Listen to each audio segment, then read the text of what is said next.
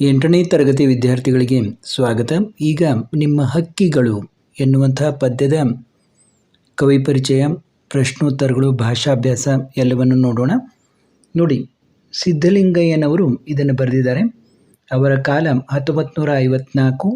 ಬೆಂಗಳೂರು ಗ್ರಾಮಾಂತರ ಜಿಲ್ಲೆಯ ಮಾಗಡಿ ತಾಲೂಕಿನ ಮಂಚನಬೆಲೆಯಲ್ಲಿ ಜನಿಸಿದರು. ಅಂದರೆ ಇದು ಈಗಿನ ರಾಮನಗರ ಜಿಲ್ಲೆ.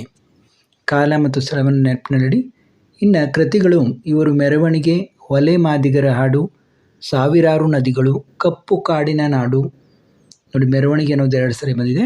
ಕಪ್ಪು ಕಾಡಿನ ನಾಡು, ಅವತಾರಗಳು, ಗ್ರಾಮ ದೇವತೆಗಳು, ಹಕ್ಕಿ ನೋಟ, ಪಂಚಮ, ನೆಲಸಮ, ಏಕಲವ್ಯ, ಊರು ಕೇರಿ ಮುಂತಾದ ಕೃತಿಗಳನ್ನು ಬರೆದಿದ್ದಾರೆ. ಇನ್ನು ಪ್ರಶಸ್ತಿಗಳು ಯಾವ ದೊರಕಿದಿವೆ ಶ್ರೀಯುತರಿಗೆ ಅಂತ ನೋಡೋದಾದರೆ, ಶ್ರೀಯುತರಿಗೆ ರಾಜ್ಯೋತ್ಸವ ಪ್ರಶಸ್ತಿ, ಡಾಕ್ಟರ್ ಅಂಬೇಡ್ಕರ್ ಶತಮಾನೋತ್ಸವ ವಿಶೇಷ ಬಹುಮಾನ, ರಾಜ್ಯ ಸಾಹಿತ್ಯ ಅಕಾಡೆಮಿ ಬಹುಮಾನ ಮುಂತಾದ ಪ್ರಶಸ್ತಿಗಳು ಲಭಿಸಿವೆ. ಪ್ರಸ್ತುತ ಹಕ್ಕಿಗಳು ಕವನವನ್ನು ಅವರ ಮೆರವಣಿಗೆ ಕೃತಿಯಿಂದ ಆಯ್ಕೆ ಮಾಡಿಕೊಳ್ಳಲಾಗಿದೆ. ಇನ್ನು ಪದಗಳ ಅರ್ಥ ಇದೆಲ್ಲ ನಿಮ್ಮ ಪುಸ್ತಕದಲ್ಲಿ ಇದೆ. ನೇರವಾಗಿ ಪ್ರಶ್ನೋತ್ತರಗಳಿಗೆ ಹೋಗೋಣ. ಹಕ್ಕಿಗಳು ಕವಿತೆ ಯಾರನ್ನು ಕುರಿತು ಬರೆದುದಾಗಿದೆ? ಹಕ್ಕಿಗಳು ಕವಿತೆ ದಲಿತರು ಮತ್ತು ಶೋಷಿತರನ್ನು ಕುರಿತು ಬರೆದುದಾಗಿದೆ. ಕುರಿದನಗಳನ್ನು ಕಾಯ್ದ ಬಾಲಕರಿಗೆ ಯಾವುದು ಸಿಗಲಿಲ್ಲ? ಕುರಿದನಗಳನ್ನು ಕಾಯ್ದ ಬಾಲಕರಿಗೆ ಕುಡಿಯಲು ಹಾಲು ಸಿಗಲಿಲ್ಲ. ಎಂಜಲು ತೊಳೆದವರಿಗೆ ಏನು ಸಿಗಬೇಕಾಗಿತ್ತು? ಎಂಜಲು ತೊಳೆದವರಿಗೆ ಗಂಜಿ ಸಿಗಬೇಕಾಗಿತ್ತು. ಗಿಡಗಳ ಜೊತೆ ಬೆಳೆದವರಿಗೆ ಯಾವ ಭಾಗ್ಯ ಸಿಗಲಿಲ್ಲ? ಗಿಡಗಳ ಜೊತೆ ಬೆಳೆದವರಿಗೆ ಓದುವ ಬರೆಯುವ ಭಾಗ್ಯ ಸಿಗಲಿಲ್ಲ. ಬಾಲಕರು ಚಳಿಯನ್ನು ತಡೆಯದೆ ಕುಸಿದುದು ಏಕೆ? ನೋಡಿ, ಬಾಲಕರು ಎಂಜಲನ್ನು ತೊಳೆದು ಬಳಿದು ಗಂಜಿಯನ್ನು ಕಾಣದೆ ಗುಡಿಗೋಪುರಗಳ ಬಣ್ಣಗಳಾಗಿ ಚಳಿಯನ್ನು ತಡೆಯದೆ ಕುಸಿದರು ಅಂತ. ಅಂದರೆ ಕೇವಲ ಅವರು ಕೆಲಸವನ್ನು ಮಾಡಿದರು, ಆದರೆ ಅವರಿಗೆ ಕುಡಿಯಲಿ ಗಂಜಿ ಕೂಡ ಸಿಗಲೇ ಇಲ್ಲ ಅಂತ. ಆದ್ದರಿಂದ ಅವರು ನಿಶಕ್ತರಾಗಿ ಚಳಿಯನ್ನು ತಡೆಯದೆ ಕುಸಿದರು ಅಂತ. ಬಾಲಕರ ಕನಸುಗಳು ಹೇಗೆ ಕಮ್ಮರಿ ಹೋಗಿವೆ? ಬಾಲಕರ ಕನಸುಗಳು ಬಿರಿಯುವ ಮೊದಲೇ ಕಮ್ಮರಿ ಹೋಗಿವೆ. ಅಂದರೆ ಹೂವು ಹೇಗೆ ಬಿರಿದು ಅರಳುತ್ತದೆ, ಆ ರೀತಿ ಅವರು ಅರಳದೆ ಬಿರಿಯುವ ಮೊದಲೇ ಕಮರಿ ಹೋಗಿವೆ ಅಂತ. ಇನ್ನು ಕೆಳಗಿನ ಪ್ರಶ್ನೆಗಳಿಗೆ 3-4 ವಾಕ್ಯಗಳಲ್ಲಿ ಉತ್ತರಿಸಿರಿ ಎಂದಿದ್ದಾರೆ. ಹಕ್ಕಿಗಳು ಕವಿತೆಯಲ್ಲಿ ಬಾಲಕರು ಯಾವ ಯಾವ ಅವಕಾಶಗಳಿಂದ ವಂಚಿತರಾಗಿದ್ದಾರೆ? ಹಕ್ಕಿಗಳು ಕವಿತೆಯಲ್ಲಿ ಬಾಲಕರು ಹಾಲು ಕುಡಿಯುವ, ಓದುವ, ಬರೆಯುವ, ಗಂಜಿಯ ಕುಡಿಯುವ ಅವಕಾಶಗಳಿಂದ ವಂಚಿತರಾಗಿದ್ದಾರೆ. ನೋವುಂಡ ಬಾಲಕರಿಗೆ ಯಾವ ಯಾವ ಅನುಭವಗಳಾಗಿವೆ? ನೋವುಂಡ ಬಾಲಕರಿಗೆ ಬೆಟ್ಟವ ಹತ್ತುವ, ಇಳಿಯುವ, ಪಾತಾಳದ ಕರಾಳ ನೋವನ್ನು ಕಾಣುವ, ಕುರಿಗಳ ದನಗಳ ಕಾಯ್ದು ಮೇಯಿಸುವ, ಗಿಡಗಳ ಜೊತೆ ಬೆಳೆಯುವ, ಎಂಜಲು ತೊಳೆಯುವ, ಗಂಜಲ ಬಳಿಯುವ, ಉರಿ ಬಿಸಿಲಲ್ಲಿ ಉರಿಯುವ, ಬಿರಿಯುವ ಮೊದಲೇ ಬಾಡುವ. ನೋಡಿ, ಉರಿ ಬಿಸಿಲಲ್ಲಿ ಉರಿಯುವ, ಬಿರಿಯುವ ಮೊದಲೇ ಬಾಡುವ ಅನುಭವಗಳಾಗಿವೆ. ಬಾಲಕರ ಹಾಡು ಮತ್ತು ನಾಡು ಯಾವ ಸ್ವರೂಪದ್ದಾಗಿದೆ? ಬಾಲಕರ ಹಾಡು ದಲಿತರ ಜೀವನ ಶೈಲಿಯನ್ನು ಮತ್ತು ದಾರುಣ್ಯ ಪರಿಸ್ಥಿತಿಯನ್ನು ವ್ಯಕ್ತಪಡಿಸಿದೆ. ಸಮಾಜದಲ್ಲಿ ನಾಗರಿಕ ಜೀವನ ನಡೆಸಲು ಕೂಡ ಸಾಧ್ಯವಾಗದ ಪರಿಸ್ಥಿತಿ ಮೇಲ್ವರ್ಗದವರಿಂದ ಏರ್ಪಟ್ಟಿದೆ. ನಾಡಿನಲ್ಲಿ ಮನುಷ್ಯ ಮಾನವತೆಯನ್ನು ಮರೆತಿದ್ದ, ಏಕೆಂದರೆ ನಾಡಿನಲ್ಲಿ ಜಾತಿ ಪದ್ಧತಿ ಇದಕ್ಕೆ ನೇರ ಕಾರಣವಾಗಿದೆ.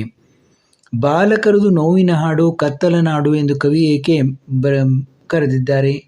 ಬಾಲಕರದು ನೋವಿನ ಹಾಡು, ಕತ್ತಲ ನಾಡು ಏಕೆಂದರೆ ದಲಿತರು ಶತಶತಮಾನಗಳಿಂದ ಮೇಲ್ವರ್ಗದವರಿಂದ, ಶ್ರೀಮಂತರಿಂದ ತುಳಿತಕ್ಕೆ ಒಳಗಾದವರು. ಇಲ್ಲಿ ಕಲಿಯು ದಲಿತರ ಮನಸ್ಸಿನ ಭಾವನೆಯನ್ನು ವ್ಯಕ್ತಪಡಿಸಿದ್ದಾರೆ.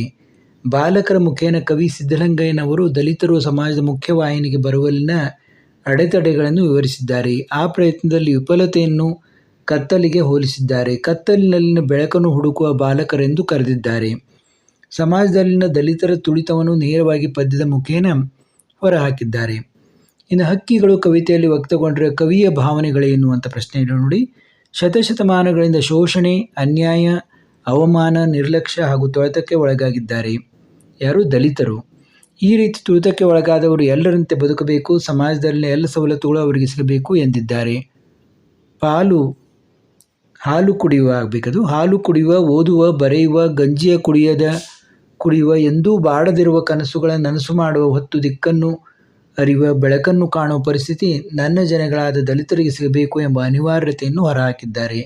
ಎಲ್ಲರಂತೆ ಮಾನವೀಯ ಬದುಕು ನನ್ನ ಜನಗಳದ್ದು ಆಗಿರಬೇಕು ಎಂಬುದೇ ಕವಿಯ ಭಾವನೆಗಳಾಗಿವೆ. ಹಾಲನ್ನು ಕುಡಿಯದೆ ಹೋದವರು. ನೋಡಿ, ಸಂದರ್ಭದೊಂದಿಗೆ ವಿವರಿಸಿರಿ. ಈ ವಾಕ್ಯವನ್ನು ಸಿದ್ಧಲಿಂಗ ಅವರು ಬರೆದಿರುವಂಥ ಮೆರವಣಿಗೆ ಎಂಬ ಕೃತಿಯಿಂದ ಆಯ್ದ ಹಕ್ಕಿಗಳು ಎಂಬ ಪದ್ಯಭಾಗದಿಂದ ಆರಿಸಿಕೊಳ್ಳಲಾಗಿದೆ.